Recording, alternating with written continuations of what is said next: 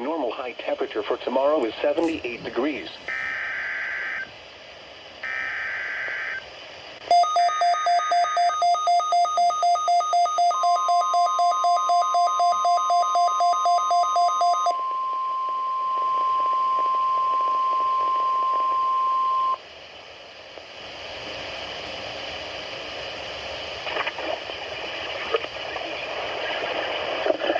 This is NOAA Weather Radio, the 24-hour voice of your National Weather Service.